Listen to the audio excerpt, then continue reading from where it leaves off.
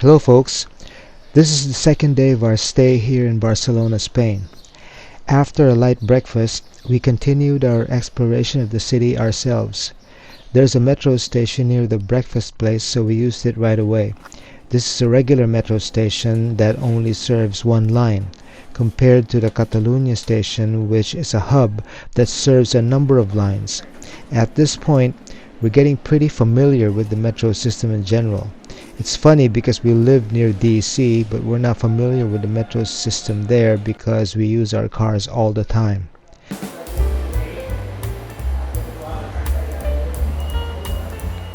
Now we're on our way to another one of Gaudi's masterpiece buildings. This is the Casa Mila, also known as La Pedrera, or the Stone Quarry, because of its rough appearance.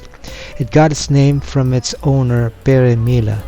It was built between 1906 and 1912. It was controversial during that time because of its unconventional look. Instead of straight lines, the building has a free-flowing look, which is typical of Gaudi's designs. As expected, Casa Mila was declared a UNESCO World Heritage Site in 1984. We're now on our way to the Placa D'Espanya, which is the starting point of our tour of the southern part of the city. Based on the map the hotel gave us, there are lots of attractions here. Oh, nice. So this is it. We have arrived at the Placa D'Espanya. This is a beautiful plaza, or a square here in Barcelona.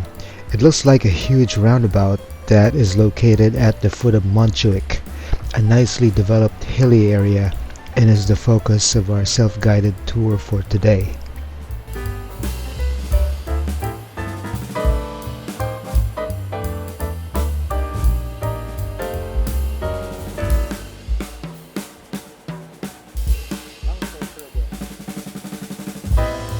The roundabout features a fountain called Font de la Plaza d'Espanya that was built in conjunction with the Barcelona International Exhibition in 1929. These two towers are called the Venetian Towers. They remind me of that tower at St. Mark's Square in Venice, Italy.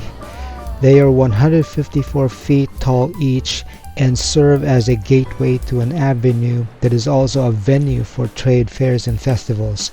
Unfortunately, we were not allowed to walk along this avenue because there is a trade fair going on, some kind of automobile exhibition. This is the Arenas de Barcelona. This used to be a bull ring. Now it's being used as a shopping center. It is in the Moorish revival style of architecture. It also boasts of a 360 panoramic view of Barcelona on its rooftop. Because we were not allowed to go along the avenue with the entrance defined by the Venetian towers, we had to go another way. That's okay, because we have a chance to explore the rest of the area besides the attractions featured on the map.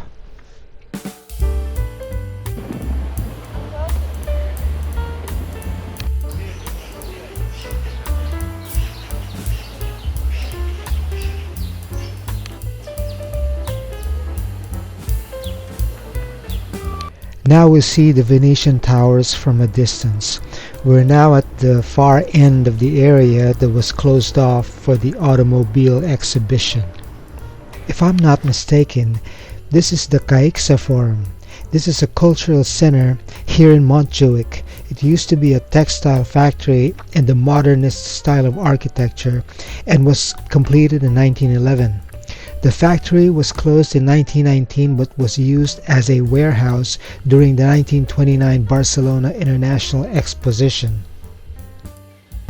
We reached the steps of the Palau Nacional, but because of the automobile exposition, it's closed. This is one of the main attractions in this area and we won't be able to see it.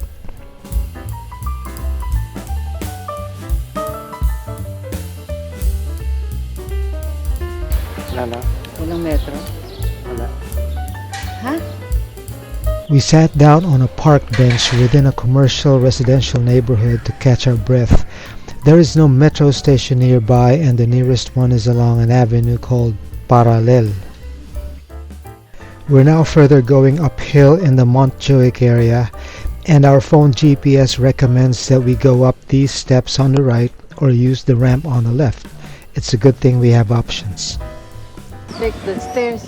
We're really going uphill now. We see the Sagrada Familia along with the rest of the city from here. My wife and I are getting tired now.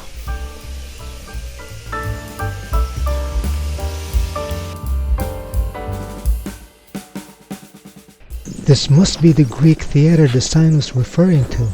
This is an open-air theater built in 1929 as part of the 1929 Barcelona International Exposition. It is currently used as one of the main venues of the Greek festival held regularly to showcase works of local artists and shows from Spain and other countries.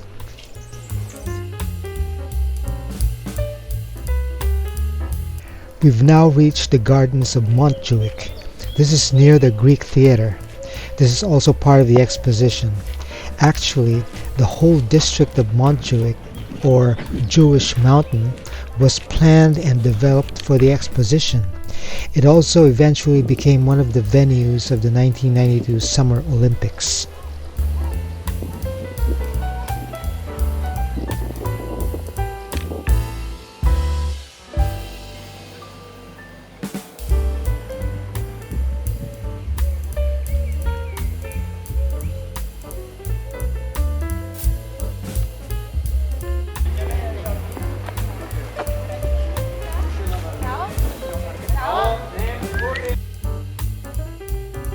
We're now walking along the main avenue Parallel in hopes of locating the cable car station that would take us to the Montjuic Castle, which is also a top attraction here in this district.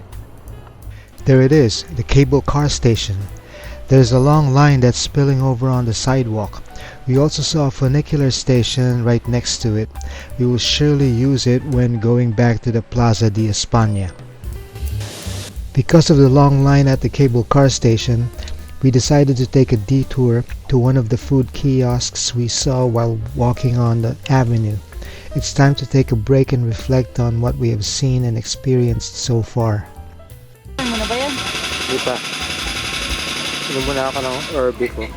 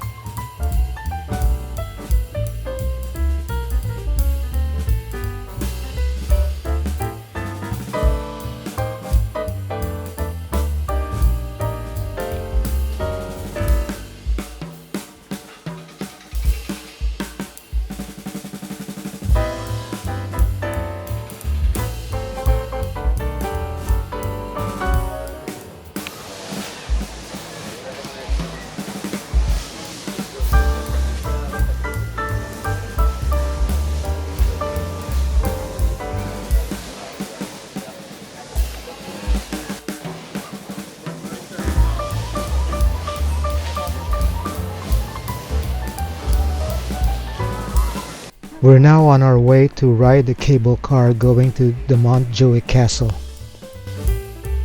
We're now inside the cable car.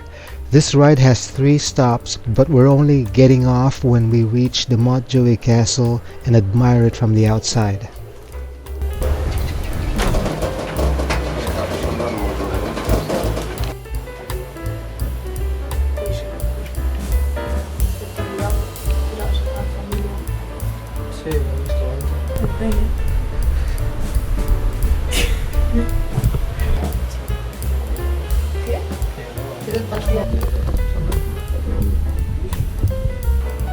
Que yo ahora estoy en un teleférico y no puedo. Todo bien, ¿no? Pues ya está, pues luego hasta cuando va a hacer que te lo miro a ver. Un video. ¿Qué quieres? This must be the first stop. It's some kind of a park. Maybe it's part of the Montjuic Park or garden that we already saw before. Ayun na ka. Stop.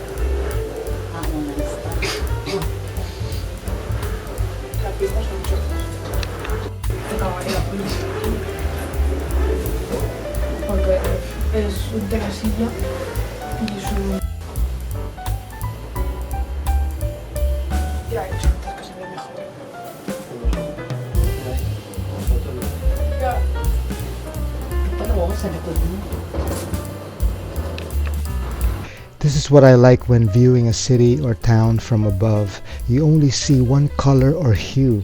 Whenever I see roofs of buildings or houses with different colors, it's like I'm looking at garbage on landfill. It doesn't look good, but views like this are nice. You're not confused with too many colors. We've now reached the Montjuic Castle, or Castel de Montjuic in Catalan. This is an old fort built on top of Montjuic Hill. It is now being used by the local government here in the Montjuic District.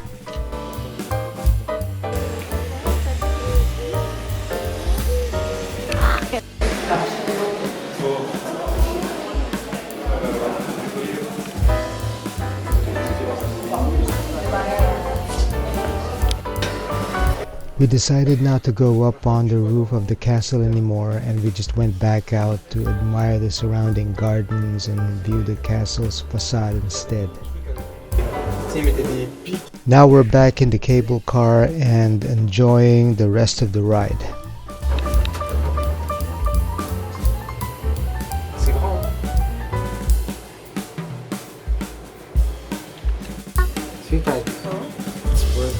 C'est une tour pour les avions. Ah oui, c'est la tour pour les avions. C'est ça c'est pour les avions et son gare. Oui, c'est ça.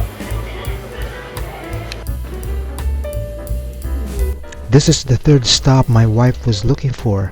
It seems that this stop can only be accessed on the way down. Anyway, we're not planning on hopping off to see what's on here. We'll just continue admiring the views on the way downhill. This building, the Torre Akbar, or the Torre Glorious, or the Akbar Tower, is a 38-story skyscraper that got its name from its owners, the Akbar Group, and houses offices and auditorium and parking spaces. It was opened in 2005. This is particularly interesting to me because it reminds me of one of my all-time favorite shows, Fringe, where they found a device that is shaped like this building and is some kind of a beacon that would guide people from the future in going to a particular place and time in the past, which is the main character's present time. In the show, they called it the Suppository, which happens to be one of the nicknames of this building, along with the Shell. Je vais télécharger des trucs sur Netflix, ça va être vite. Je m'en fous de la télé. Okay, let's just enjoy the ride and listen to this young family talk in their native language. I don't understand any of it, but it sounds nice. Et moi, Tu restes en écho, toi. je te jure, je le fais. Pour vous. Bon, là, je le ferai. Si c'était à 10 000 € à la place de business. Mais sur la Wizard, là, je suis sûr qu'il n'y a même pas de business, quoi. Je suis sûr qu'il n'y a même pas de business. Oh mon dieu. J'aime bien celle-là. Pousse-toi ta jambe. Pousse-toi ta jambe. Faut En tout cas, il est très calme ce parc-là. Alors, si tu veux un endroit calme dans Barcelone, tu peux faire une petite balade en amoureux, tu vois, ça va faire ça. Pour un premier date. Tu prends un petit pique-nique, tu te poses dans l'herbe, là, c'est magnifique. Alors non, pas pour nous. Overall, this ride would have been more enjoyable if we had the cable car all to ourselves, but we understand that if that is the case, then the line to ride the cable car would be so long that it would spill over to the gardens of Montjuic. We still highly recommend it though. It only cost us around €30 for both of us.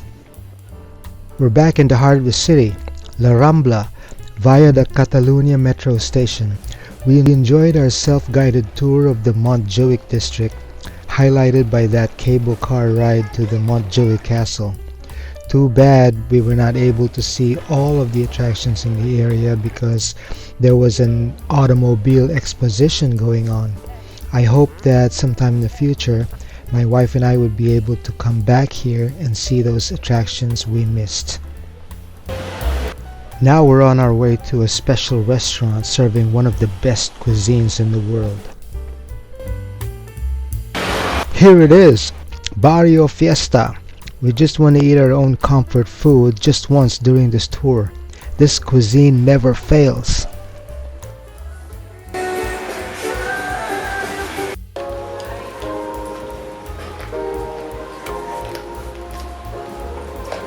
Ang mainit na sabaw. Hello po. Oh, okay. Salamat. Salamat. Thank you po kayo. Sigurado yan.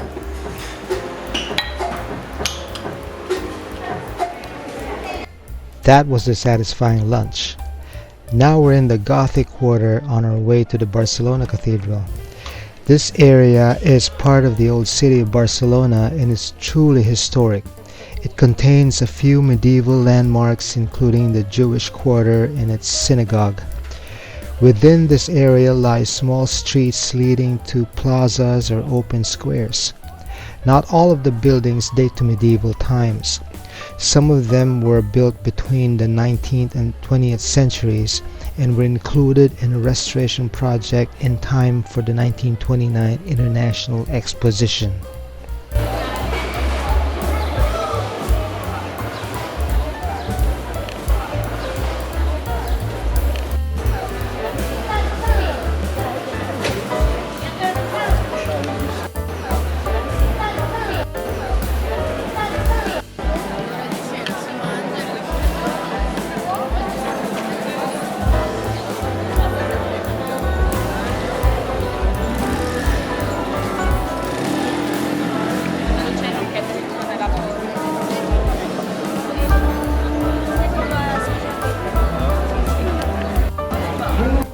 The Cathedral of Santa Eulalia, or the Barcelona Gothic Cathedral, was constructed from the 13th to the 15th centuries.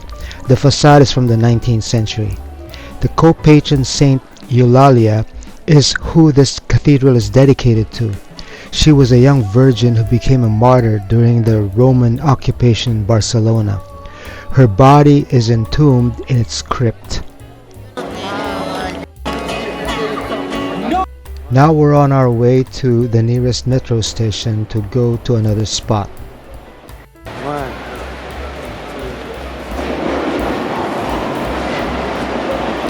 One.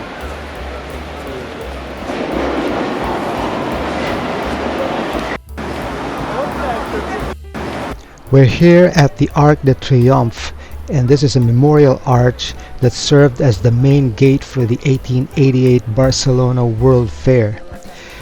There are sculptures on the arch that were built as symbols of that fair or exposition. It is built in a variant of the Moorish revival style. This type of arch is a welcome arch, intended for participants and patrons of that World Fair. Other arches similar to this, like the one in Paris and other countries, are military arches that celebrated victories in war. Again, this is not a military arch. It is an arch to welcome people.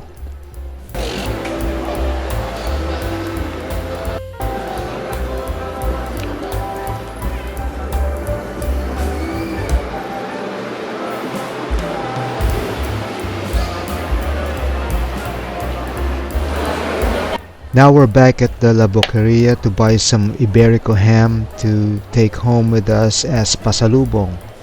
It's customary for us to buy something from a certain place to take home and distribute to our families there.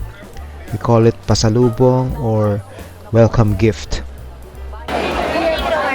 Of this one, a phone, like that for sale?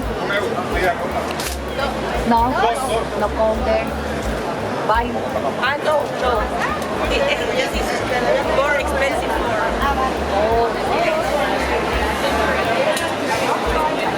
I got two of those.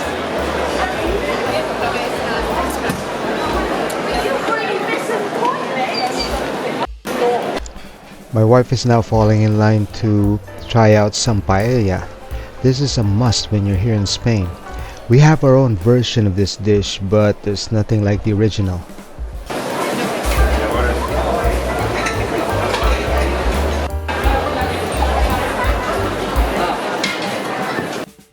This is the paella that we bought. I think it's tomato based.